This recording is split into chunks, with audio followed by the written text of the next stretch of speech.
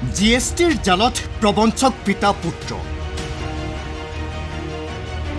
ভুৱা চালানেৰে সুপাৰী সৰবৰাহ কৰা পিতা পুত্ৰ ৰঙাঘৰত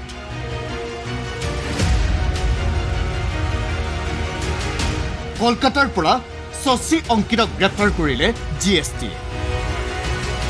প্ৰতি ট্ৰাক সুপাৰীত অতি কমেও 5 লাখ টকা জিএসটি ফাঁকি দিয়ে পিতা পুত্ৰই গোটেই আপোনালোকৰ যিটো বেপাৰ এই বেপাৰখন কিমান কোটি টকা দাদা ক'ত আছে আপোনালোকৰ বেপাৰ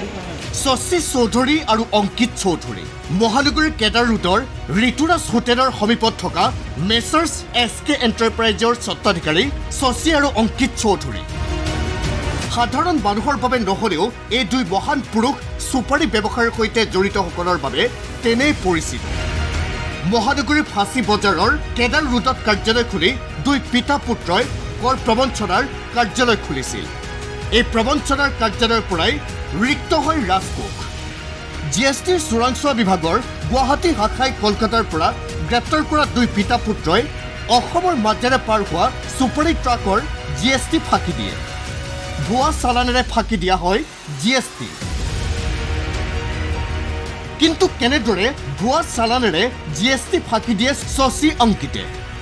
অসমৰ মাজেৰে পাৰ হোৱা প্ৰতিখন ট্ৰাকত সৰবৰাহ হয় 20 পৰা 25 টন সুপাৰী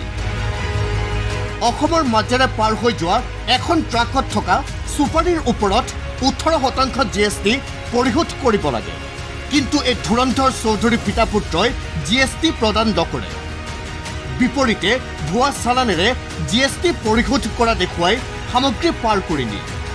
শশী চৌধুৰী আৰু অংকিত চৌধুৰীৰ 2 নম্বৰী কাৰবাৰৰ বাবে প্ৰতিখন সুপাৰীৰ ট্ৰাকত অতি কমেও 4 পৰা 5 লাখ টকা ৰাজহ লোকচান হয় চৰকাৰৰ এনেদৰে কেৱল 2024-25 বৰ্ষতে সুপাৰী সৰবৰাহৰ নামত প্ৰায় 8 কোটি টকা জিএসটি ফাঁকি দিছিল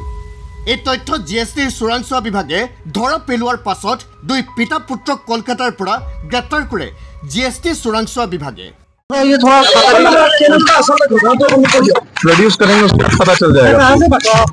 कोलकाता कोलकाता कोलकाता से इन दोनों ही है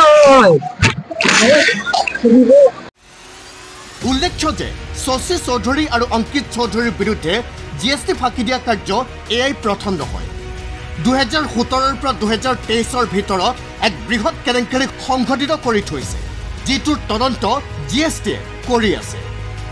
70খনতকৈ অধিক ভুৱা ফাৰ্মৰে আইটিসি লৈ 250 কোটিতকৈও অধিক টকাৰ জিএসটি ফাঁকি দি থৈছিল এই গোচৰৰ গ্ৰেপ্তাৰৰ পৰা হাত সাৰিবলৈ গুৱাহাটী উচ্চ ন্যায়ালয়ৰ কাষ চাপিছিল আৰু সফল হৈছিল আইনী সুৰুঙা উলিয়াই শশী আৰু অংকিত বাছি আছিল যদিও 2024-25 বিত্তীয় বৰ্ষত ভুৱা চালানেৰে আইটিসি লৈ জিএসটি ফাঁকি দিয়াৰ এক সুকীয়া গোচৰ জিএসটি চোৰাংচোৱাই ৰুজু কৰিছিল দুয়োৰে বিৰুদ্ধে এই নতুন গোচৰৰ ভিত্তিত কলকাতাৰ পৰা গ্ৰেপ্তাৰ কৰি জিএসটি চোৰাংচোৱাই নিজৰ জিম্মাত লৈছে শশী আৰু অংকিতক ব্যুৰো ৰিপৰ্ট ND24